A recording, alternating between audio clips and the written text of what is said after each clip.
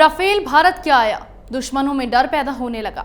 भारत को राफेल जैसा हथियार मिलने के बाद चीन इतना घबरा गया है कि उसने अपने 2 युद्धपोत पर तैनात फाइटर जेट्स की क्षमता को बढ़ा दिया है। चीन ने लड़ाकू विमान J-15 को अपग्रेड किया है।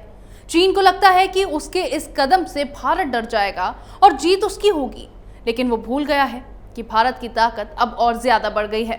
देखिए ये रिपोर्ट। राफेल लड़ाकू विमान के भारत आते ही जहां चीन डरा हुआ है, वहां पाकिस्तान की भी बेचैनी बढ़ गई है। जिस तरह से कश्मीर मुद्दे पर पाकिस्तान दर दर भटक कर मदद की भीख मांग रहा था, उसी तरह अब पाकिस्तान राफेल के भारत आने के बाद भी कर रहा है।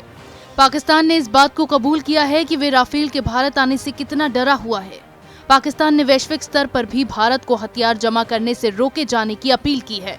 पाकिस्तान के विदेश मंत्री की प्रवक्ता आयशा फारूकी ने साप्ताहिक प्रेस कॉन्फ्रेंस के दौरान कहा, हमने वो रिपोर्ट देखी जिसमें बताया गया है कि भारतीय वायुसेना को 5 राफेल विमान की पहली खेप मिल गई है।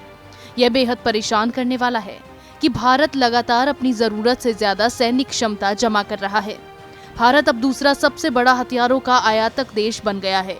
यह दक्षिण एशिया में रणनीतिक स्थिरता को बुरी तरह से प्रभावित कर रहा है। उन्होंने कहा, भारत द्वारा एक क्षमता से ज्यादा हथियार जुटाना पाकिस्तान के लिए भी शुभ संकेत नहीं है। यह परेशान करने वाली बात है। अंतर्राष्ट्रीय समुदाय को इस पर ध्यान देना चाहिए। राफेल के खौफ से आलम यह है कि इन विमानों के आने से ठीक पहले पाकिस्तान के एयरफोर्स चीफ को आर्मी चीफ कमर जावेद बाजवा से आपातकाल बैठक करनी पड़ी। उधर चीन भी राफेल के आने के बाद बौखलाया हुआ है। वायुसेना के नए सरताज राफेल लड़ाकू विमानों की पहली खेप ने 29 जुलाई को अंबाला एयरफोर्स बेस पर उतरते ही भारतीय वायुसेना की मारक क्षमता में एक नया अध्याय जोड़ दिया।